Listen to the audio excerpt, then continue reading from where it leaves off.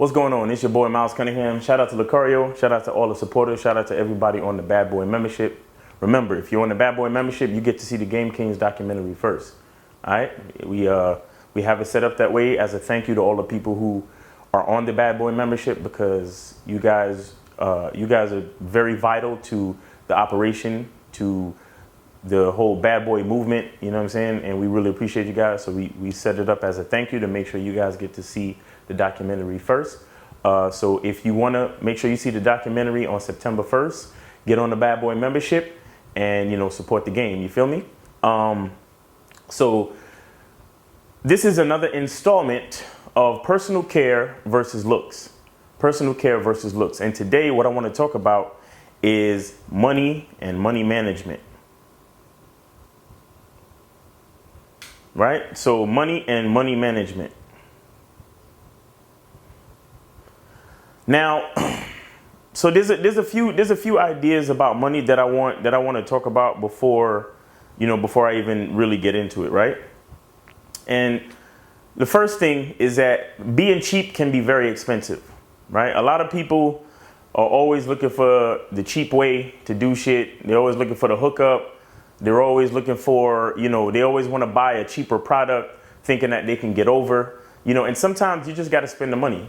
Sometimes you just have to say, fuck it. Let me get high quality shit. And so I can, high quality shit lasts longer.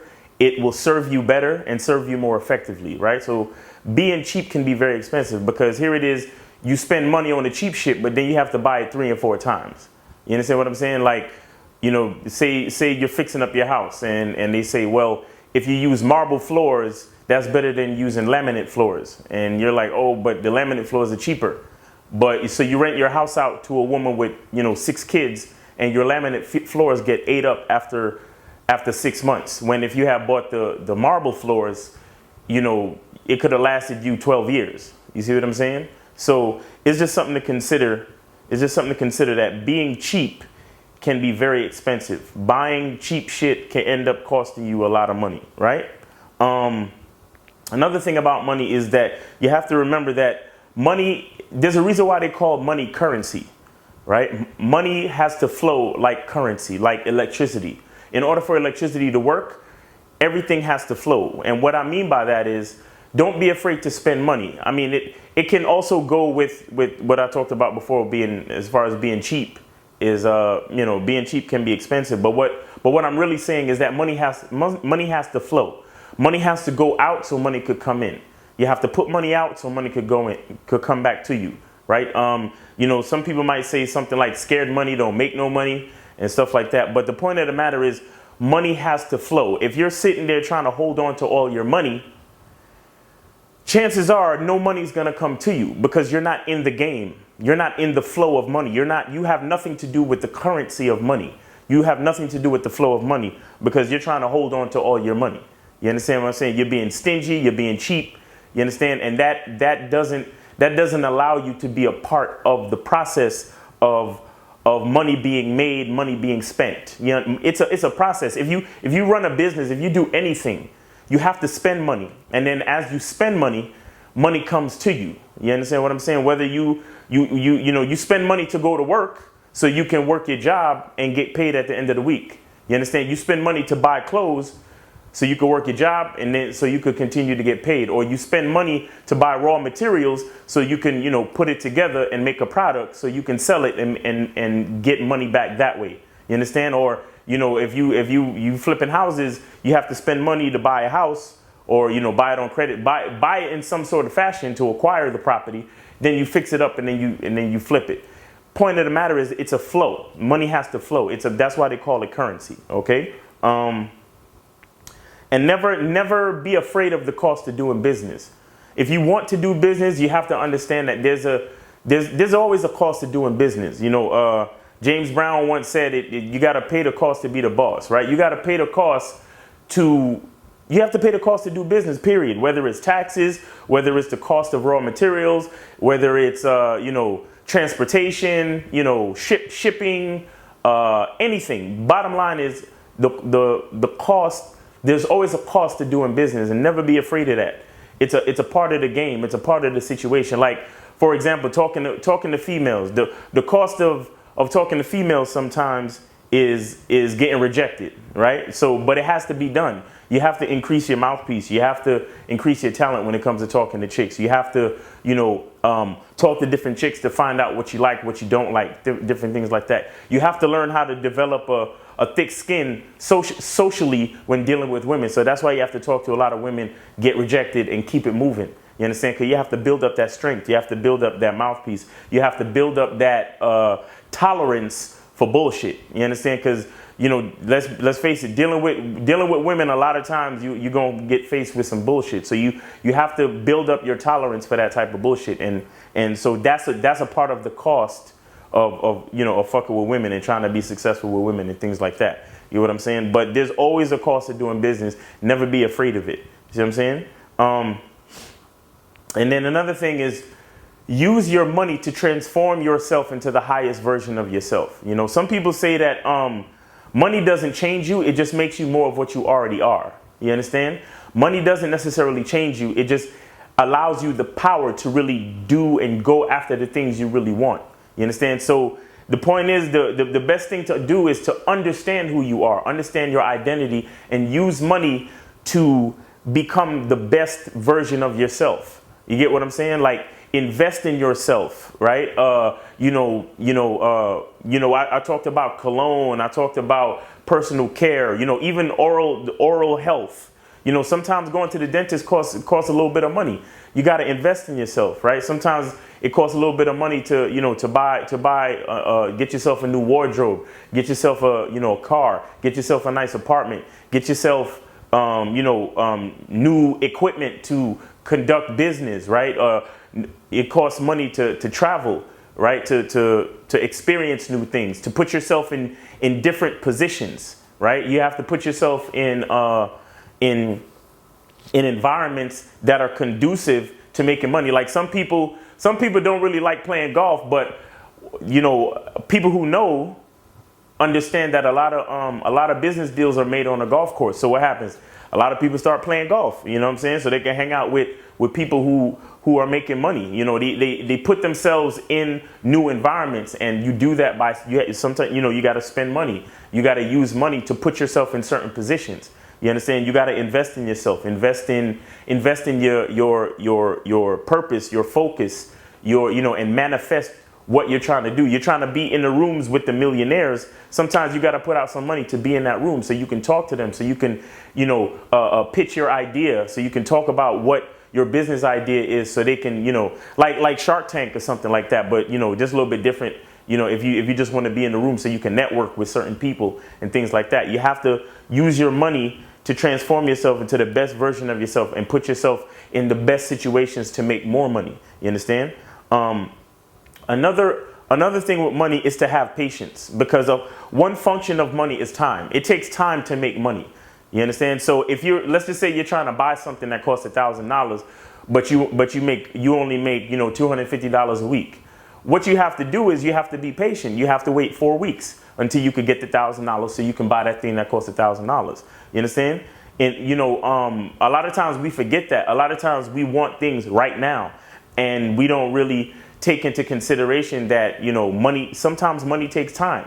It takes time to build up money. You understand? Money takes time. So it's like,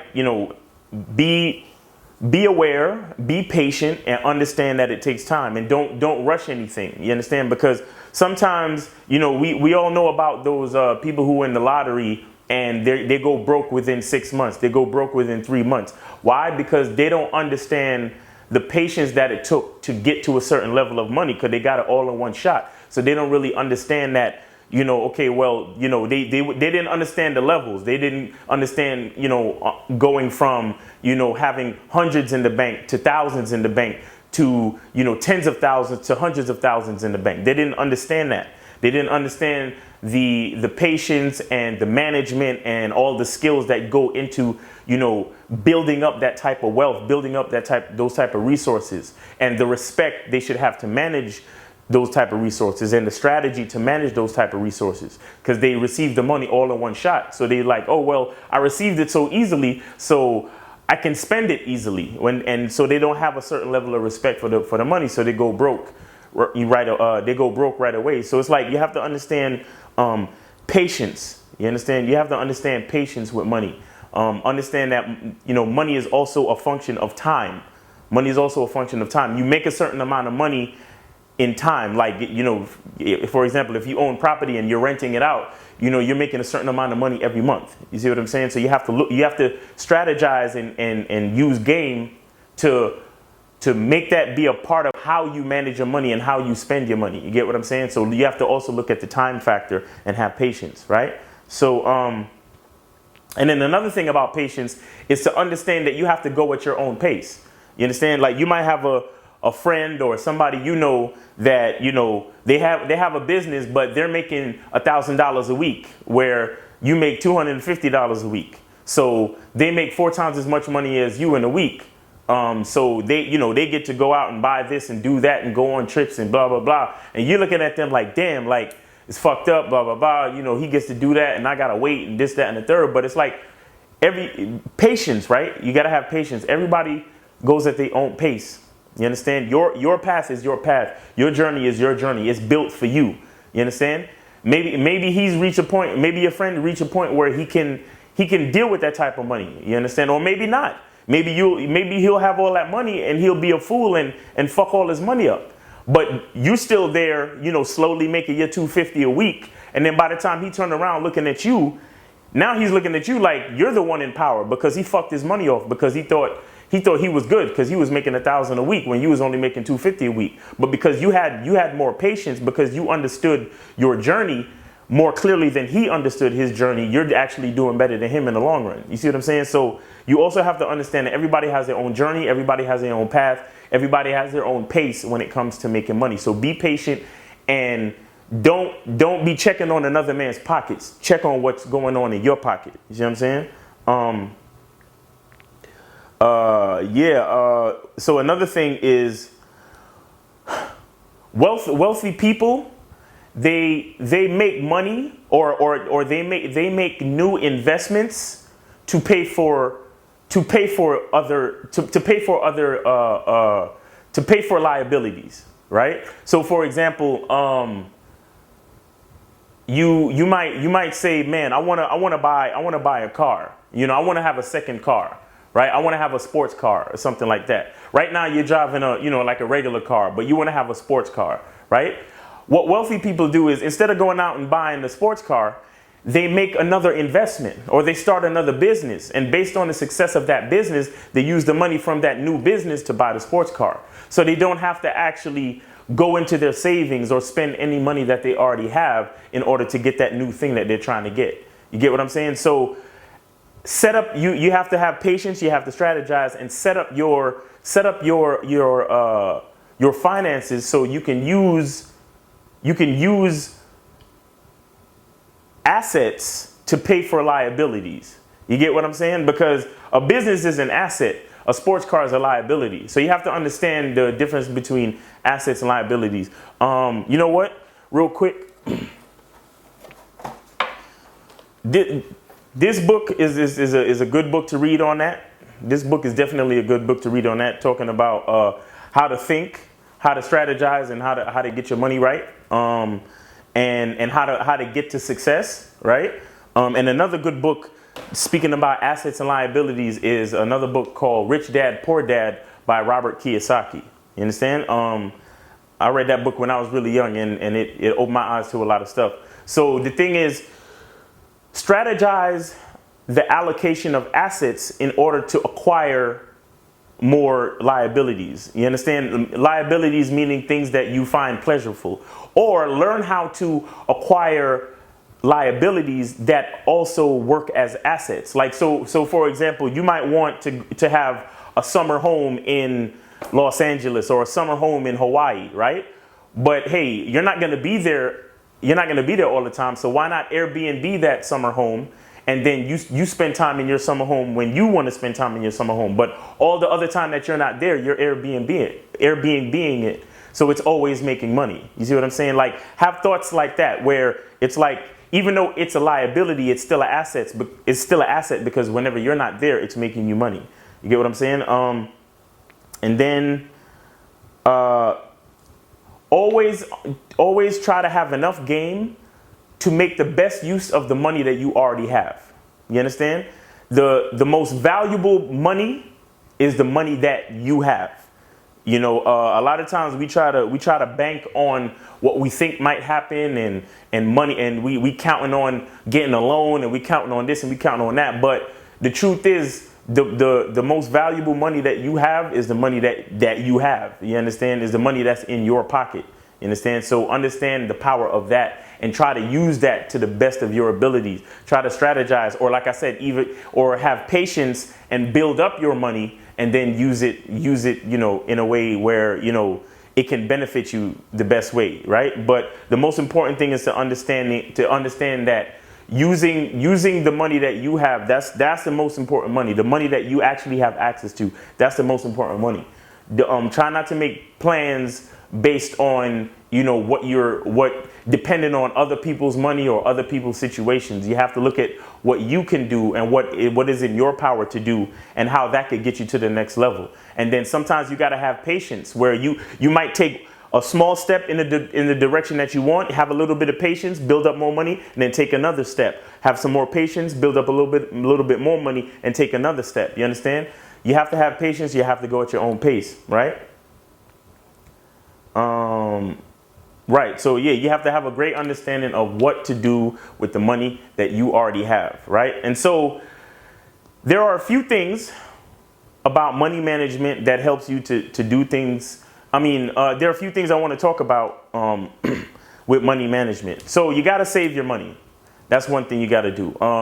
I suggest trying to save anywhere from 20 to 30% of your money. So if you get a check for $1,000, you should be putting at least $300 into savings, right? And the best way to save your money is in a mutual fund, stocks, or a Roth IRA or a 401k. You understand what I'm saying? Those are the best ways to save your money. If you're doing stocks, I suggest Robinhood. Robinhood is a pretty good way to invest in the stock market and save your money. If you're doing long term, I mean, you got some people that like to do day trading. I don't really mess with that because I don't know enough about the stock market to really follow those patterns and make day trades like that. You understand what I'm saying? But if you know you want a long term way to save your money that's better than a bank account, I would say get into Robinhood and invest in stocks that you know. You know what I'm saying? Like a lot of us, you know, we wear Nike sneakers. Boom, invest in Nike. You know Nike not going nowhere. You know McDonald's been around since you was a kid. Invest in McDonald's, right? You know Apple computers ain't going nowhere right now. If you got some money to invest in that, invest in that. If you got enough money to buy shares in Amazon, invest in that. The point of the matter is, it's not anything where you trying to, you know, flip your money from one day to the next. It's a long-term, you know, savings thing. You get what I'm saying? It's a long-term saving things. Or you can use get into mutual funds. I like to use this company called Vanguard. They have mutual fund accounts where you can start off. I think you can start off with as low as like $20, because a lot of other mutual funds you have to have a few thousand to start with, right? But with Vanguard, you can start out with as low as $20 or $50, something like that. And you can start, you know, compounding your money early, and it's a way better way to save your money than putting it into a savings account. So check out Vanguard, check out Robinhood, or check out a financial company where you can start a Roth IRA now. And if you have a 9-to-5, see if your company has a 401k plan, and if they do, max it out. Max it out, meaning invest as much money from your check into your 401k as possible. The reason why you want to do that is because once you put the money into because the money is tax deferred, so the money comes out of your check and then the government taxes what's left of your check, right? But what happens is that you get used to the amount of money that you're getting paid, so you don't even realize how much money you're actually saving, and you don't realize how much money you're missing out of your check, and then you force yourself mentally to learn how to budget for whatever you're getting. So last time I was in corporate America, I remember 401ks they allowed you to invest as much as 20% of your check into the 401k. And I put 20%. And With my 401k situation, I was able to buy a car, and I was able to put a down payment on a house. When I used to own a house.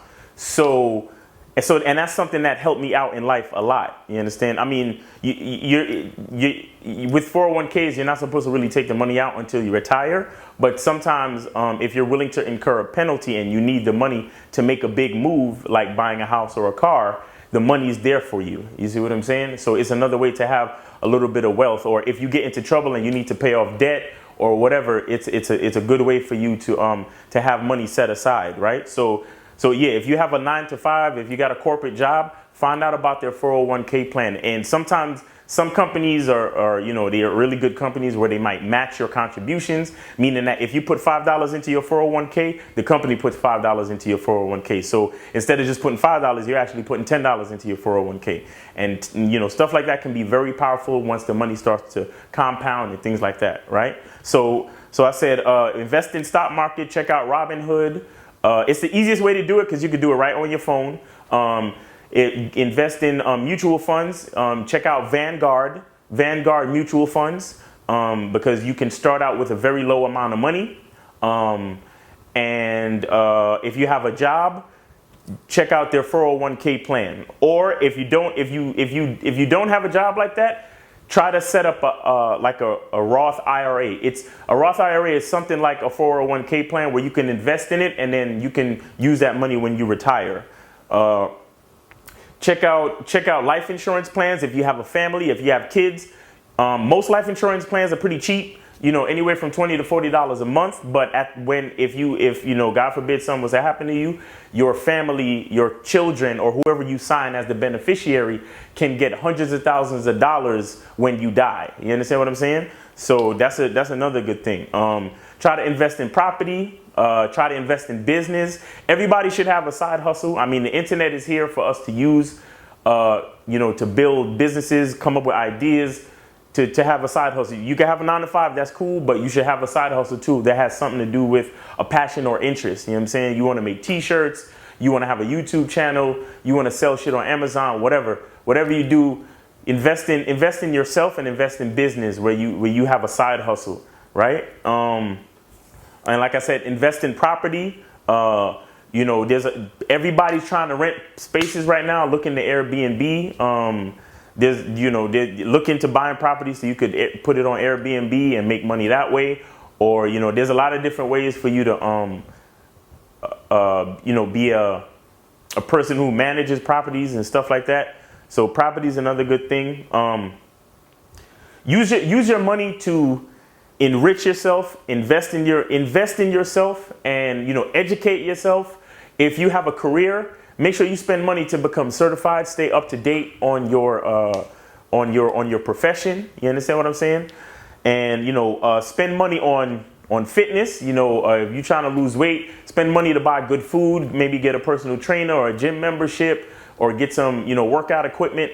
Man, there's a whole bunch of stuff, but use your money to have a better diet. Use your money to have better health. Use your money on your lifestyle. Use your money on your interests, right? Use your money in any way to enrich yourself, to make yourself better. You understand? And like I said, you got health, you got fitness, you got diet. Those are ways that you can manage your money and invest in yourself. You understand? Because again, I'm talking about personal care versus looks. If you use your money to take care of yourself in the ways that I've explained, the looks won't matter. It's going to be all about the game that you use to take care of yourself. You see what I'm saying? And when you meet somebody, when you meet a female, when you meet certain people, they'll understand that, hey, this is a person that they got some type of game about them. They're not just using money to be frivolous or to be stupid with their money. They're actually using money to enrich their life and to make themselves a better person. And things like that go a long way, going way beyond just looks and stuff like that. That's game. You understand? That's making a better version of yourself. You understand? That's making everything in your environment and everything around you better. So anybody that's involved with you, like a female or whatever, they will benefit from that game as well. They'll benefit from the way you manage your money, the way that you treat yourself, the way that you use your money to enrich your life. And because they fucking with you, they'll also be enriched and benefit from the way you manage your money and the way you take care of your money and take care of yourself accordingly. You understand? So yeah, man, this was another installment of personal care versus looks. Okay, so take care of your money, man. Take care of your money and use your money to take care of yourself. You feel what I'm saying? Get on Teespring, use some of that money to go get the t-shirts. Use some of that money to get on the Bad Boy membership so you can see the Game Kings documentary. Because that's enriching your life. That's turning this game into a lifestyle. So you can understand what we trying to do. You can understand like this type of advice that I'm giving you on this video is all through the Bad Boy membership, and it's all through all of the videos and content that we put up. You understand what I'm saying? So fucking with us in general is a way to enrich your life. So spending money with us is gonna enrich your life regardless. You feel me? So yeah, man. Get your t-shirts. The description is in the link for the t-shirts is in the description on Teespring. Get on the Bad Boy membership so you can see the Game Kings documentary. Check us out on Patreon. We got the Bad Boy Show on Patreon. We got the Confidence Show on Patreon. And thank you to all the people that donate to the live streams and call in and keep the show going. You guys keep the show going so we can keep the game flowing. So it's your boy Miles Cunningham, and the truth is inside you. Peace.